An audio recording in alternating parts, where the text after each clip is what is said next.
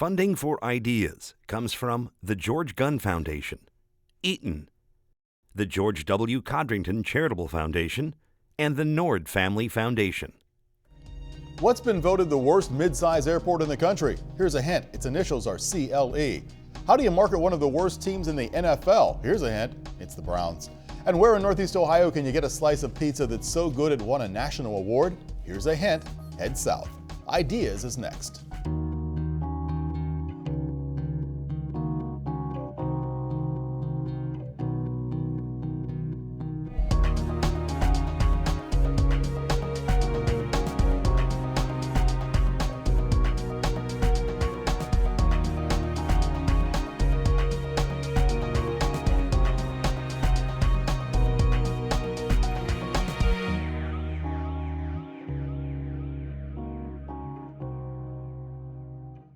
Hello and welcome to Ideas. I'm Rick Jackson.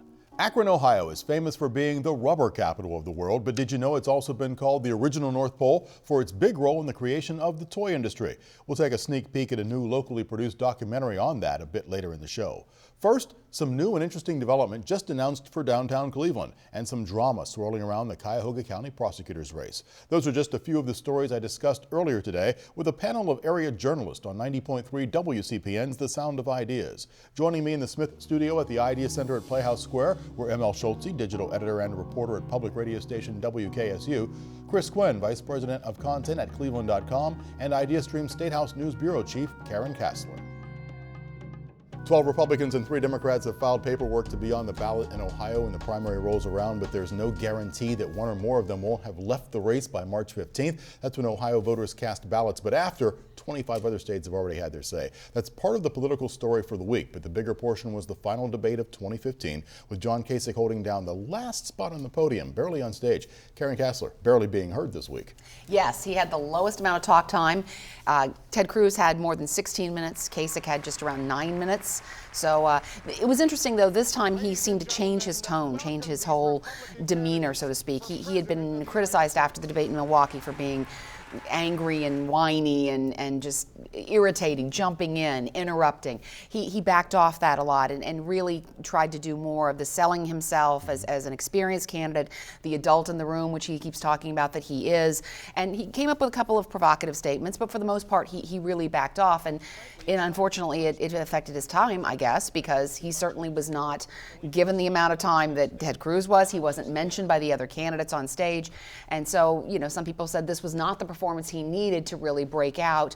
We still have, I think, 1, maybe 2 debates before the vote in New Hampshire, which is the one he's really counting on. I think he's going to last to New Hampshire, but he certainly, a really breakout performance here would have helped him a lot.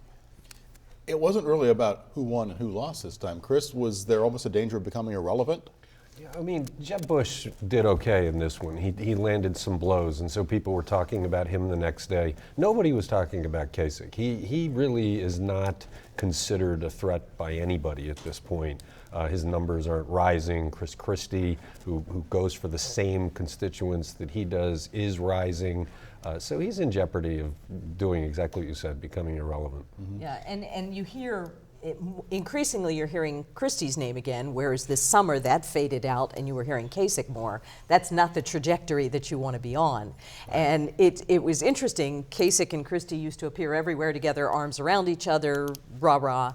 They got into the presidential race. They still maintained a mutual relationship. This week, Kasich's PAC launched an attack ad for the first time on Christie, comparing Ohio's budget surplus to the big financial problems in New Jersey. So these kind of things always remind me of a game of Risk, where you create an alliance until you decide it doesn't work for you, and you try to blow that up. Survivor. Yeah, like Survivor. There you go. Yeah. Exactly. Well, you need that alliance. And I think Kasich, whatever Christie and Jeb Bush gain, Kasich loses, I think, in large part. He's kind of tried to carve himself out as the moderate in the race, but so has Jeb Bush and so has Chris Christie. And he and Christie have similar characteristics. I think he's been a fan of Christie for a while, up until now, apparently. And I think, whenever one of those two other candidates wins, it takes away from Kasich a little bit. Karen, last week we were talking about the idea that John Kasich says no to the VP race, but the Dispatch this week had a couple different writers weighing in saying that there's a dream ticket out there of Rubio Kasich that the GOP would love to see.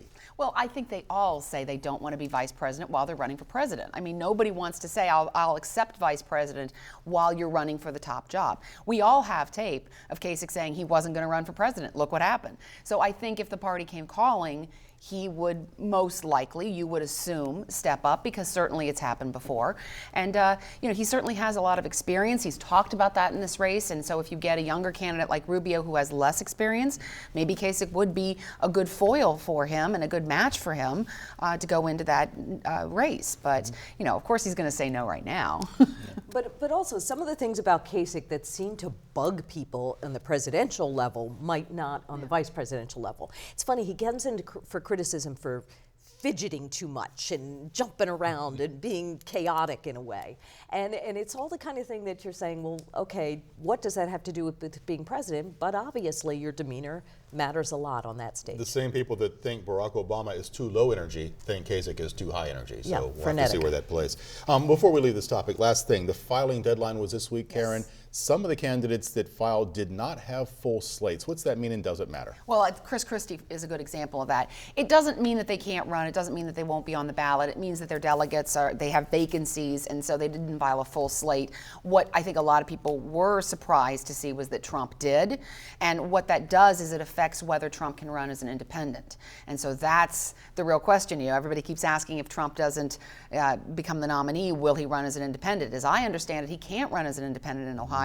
So this would be very interesting to see how this all plays out. It's one of those things, where you have to have a certain number of signatures, or you have to have a certain amount of money, so to speak. And it's more of the complicated election law stuff that needs to happen. What I thought was interesting this week, though, was that when Hillary Clinton filed her paperwork, former Governor Dick Celeste was the person who filed for her. He doesn't even live in Ohio. He lives in Colorado.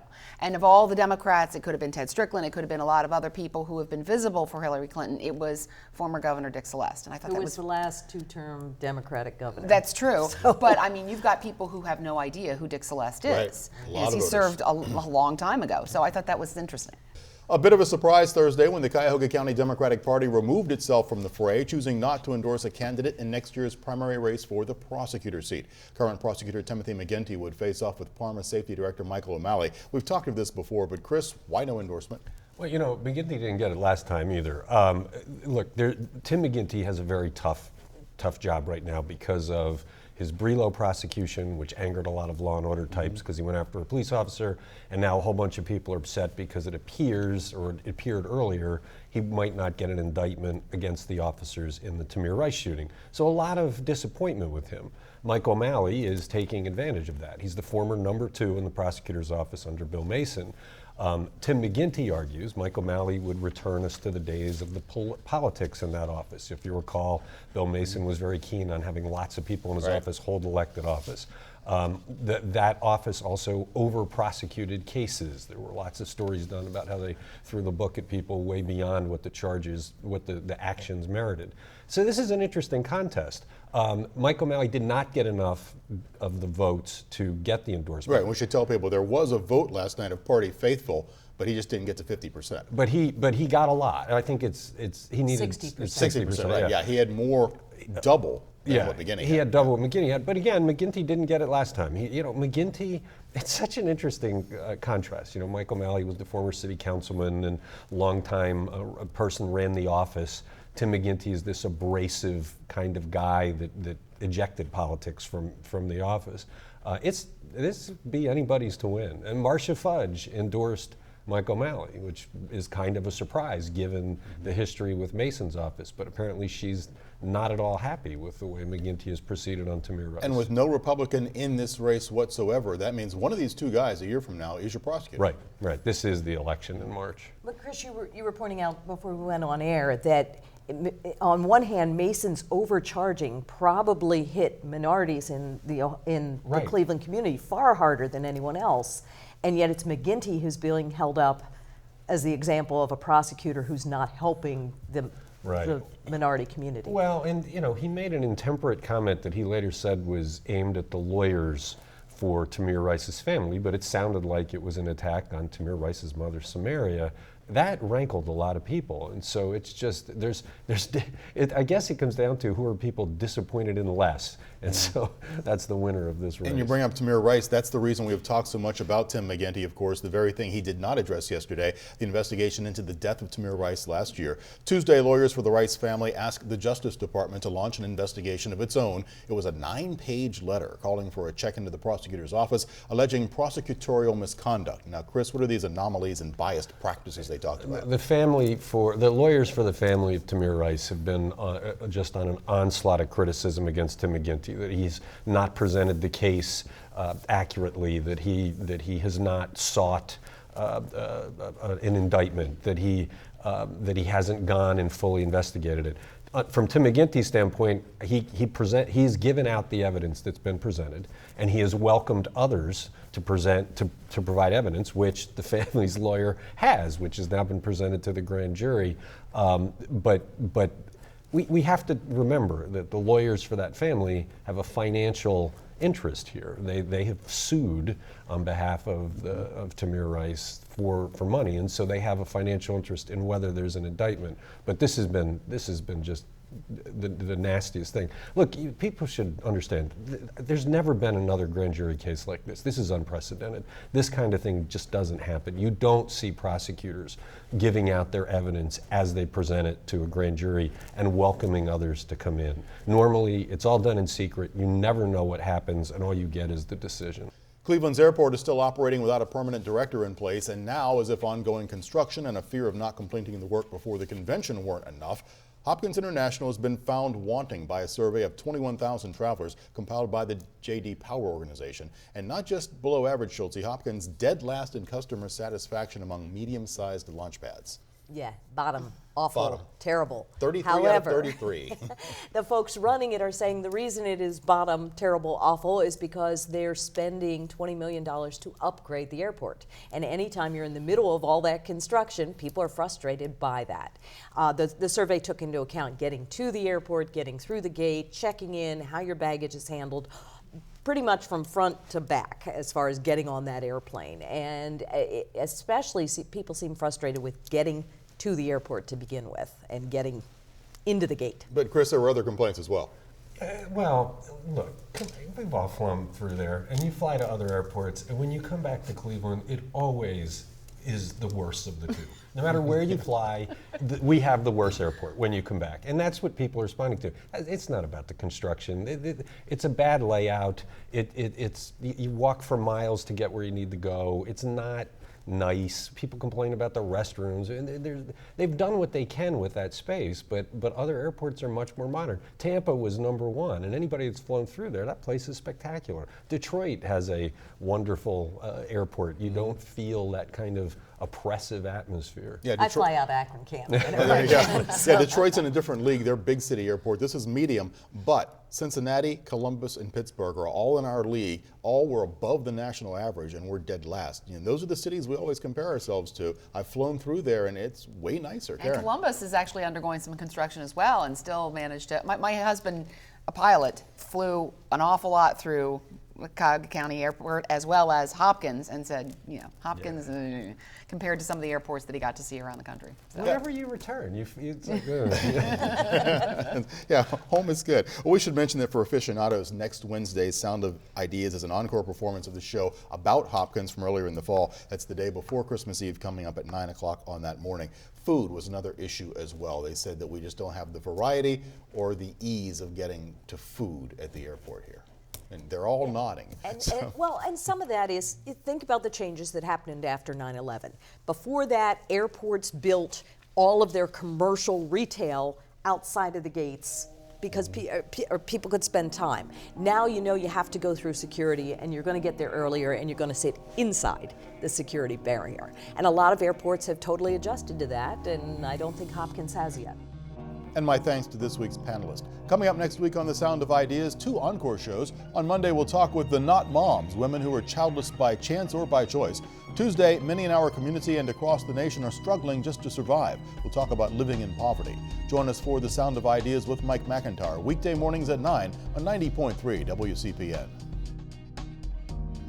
This Sunday, the Cleveland Browns face the Seattle Seahawks, one of their last few games of the season. And at 3-10, the Browns are last in the division. Fans are reselling tickets for less than $10 a pop. Vendors reporting decreasing sales. IdeaStream's Elizabeth Miller has been looking into how a losing team can still try to draw a crowd to the stadium. Elizabeth, welcome back to Ideas. Thanks, Rick. So you talked to a professor of marketing about the Browns, let's call it a predicament. Yeah, exactly. So this professor, he was one of the co-authors of a study that really looked at all the different ways a losing team can still market themselves, still get people to come to their games and buy their merchandise and everything. And there's quite a few ways. One of them, you try to remember the good old days when you won a championship, something like that. The Browns haven't won a championship in over 50 years. Lots of you weren't alive back then, yeah. Exactly. There's also, looking to a star player. Another thing that is a little touchy for Browns fans with Johnny Manziel and his history. There's also, winning a lesser championship, a division championship. Again, not applicable to the Browns this season. So it's looking pretty sad for how the Browns can still market themselves. But there are some ways that they still can. One's, looking to the future, trying to remain hopeful, holding on until next season. Maybe we'll win. Another way, also focusing on community involvement and things that the players are succeeding at off the field. So they have this First and 10 program. They have a lot of give back programs. And we do see a lot of that from the Browns, as well as the Cavs and Indians, but the Browns, yeah, especially. Right, and so that's something that, the fans can still be inspired by and still can identify with their team even when they're not losing. Are the Browns fans different than any other fans? I mean, we see the rabid fans in Oakland, we see the towel waving in Pittsburgh. Cleveland fans any different? Yeah, what's really interesting and what this professor noted is that Browns fans are extremely resilient. I mean, we've all seen this. We have to be. Yeah, exactly. And so something that they're doing is different than identifying with a fan that's winning or disassociating from a fan that's losing. It's called basking in spite of reflected failure. So we keep showing up to the games every week. Even if we're hurting, if we're in pain, if they hurt us last week, we keep showing up. Okay, basking in reflected failure. In spite of reflected failure. Okay, That's the got term. it. Thank you, Elizabeth. Good to see you again. Yeah, no problem. So, what was your favorite toy as a kid? Long before electronic gadgets took over the industry, many kids played with marbles, and nearly all the marbles that were mass-produced came from Akron. In fact, Akron was in many ways the birthplace of the modern-day toy industry. A new locally produced documentary from filmmaker Larry Baker explores Akron's role as the original North Pole. From Santa to marbles, Akron has played a pivotal role in shaping some of the greatest joys of childhood. Mass manufacturing a toy as simple as a marble opened up a world of possibility for children, not only in the region, but around the world. We'd be hard-pressed to identify a toy capital today. Manufacture of small items has been so distributed all over the world, throughout Asia, for example, that it would be difficult to pinpoint one city. But for the 20th century, from about 1930 to about 1960, there's no question that Akron, Ohio was the toy capital of the world. There are still major toy companies in the Akron region today, like Step 2, Little Tykes, Maple City Rubber Company, Headstrom Plastics, formerly Eagle Rubber Company, and Pioneer National Latex. They provide at least 3,000 toy manufacturing jobs in the greater Akron area. A future built on the strong foundation of the past, all beginning on this site at Lock 3 Park, where inventors thought of innovative ways to make toy making faster, more efficient, and more competitive, essentially giving birth to the world toy industry. The spirit of Christmas is palpable at the American Toy Marble Museum, thanks to the Little Blue Santa who watches over the site, and Michael Cohill, who keeps the history and traditions of toy making and marble playing alive through the children and adults who visit year after year. Before the factory opened in 1884, only the wealthiest families in the world could afford to buy toys for their children. But once the factory opened and they started mass producing toys, from that point forward, all children of the world could have toys. So to find Santa Claus, the oldest three-dimensional image of a Santa Claus, at the factory site, well, that's just proof positive. This is the site of the original North Pole. And you can catch the entire original North Pole on December 30th at 7:30 right here on WVIZ PBS. Now, the Rock and Roll Hall of Fame class of 2015 was announced this week, and IdeaStream senior arts reporter David C. Barnett is here to share his thoughts on who made the cut. David, welcome back. It was a great week. Who did it? Yes, and I must thank you and welcome you, senior. We're both senior reporters now. Oh yes, that just means we're old, I guess. As are most of the inductees. Indeed, I was going to say they came in just about the time that Social Security or Medicare was invented. Some of them, at least two of them. That's scary. So they've been around for a while. Well, tell them who they are first. We've got Deep Purple, Chicago, Cheap Trick, Steve Miller, and NWA. And of them, NWA are the junior members, and they're product of the late '80s. So this is a lot of times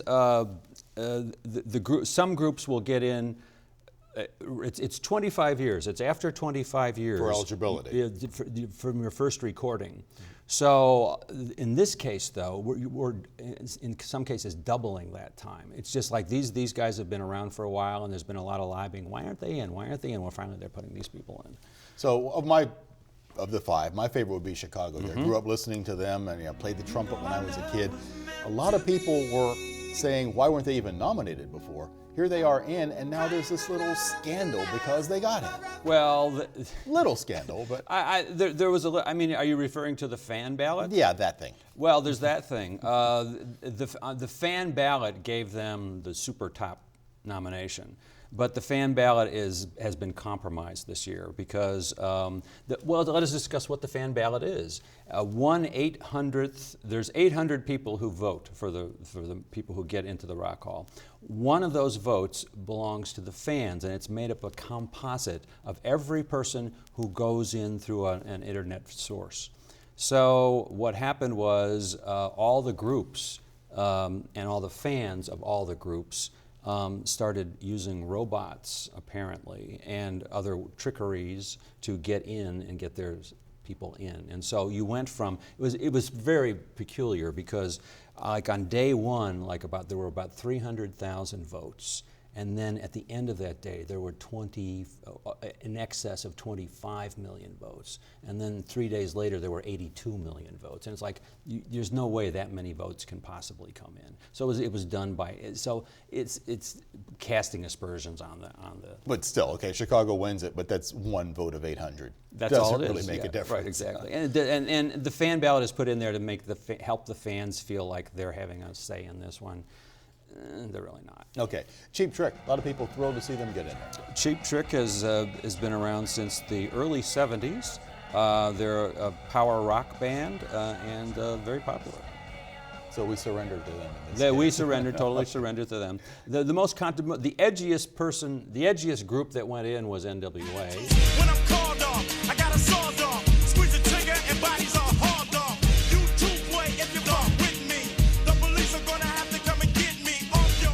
People talk about, there's a lot of people, old rockers who don't like hip hop, who don't like rap, and NWA is especially controversial because of some of the things they've said, especially about the police.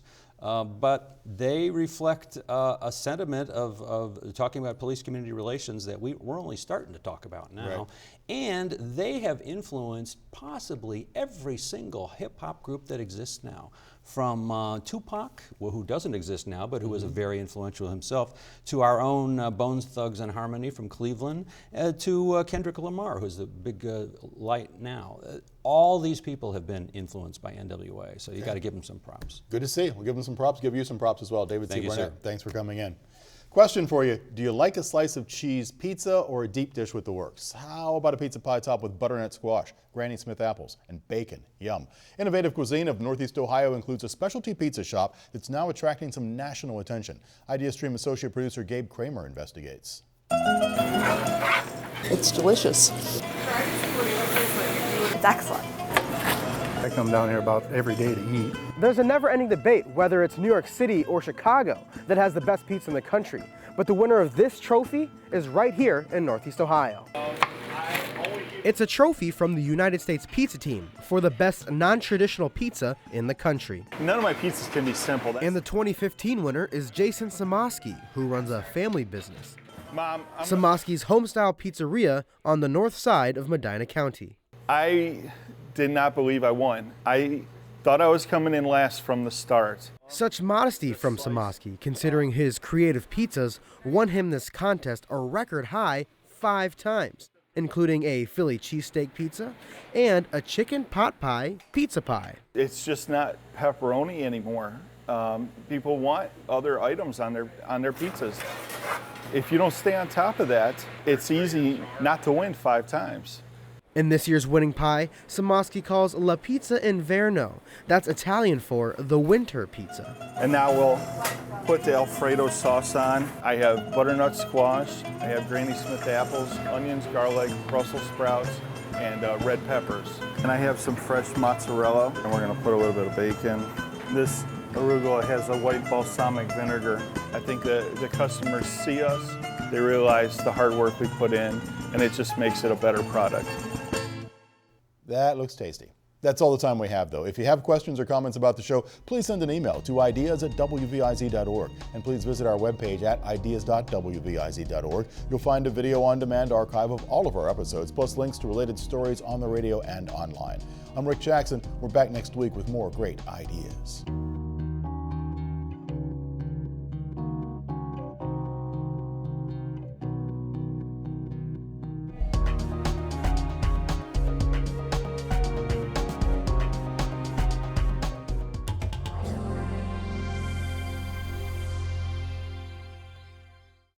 Funding for Ideas comes from the George Gunn Foundation, Eaton, the George W. Codrington Charitable Foundation, and the Nord Family Foundation.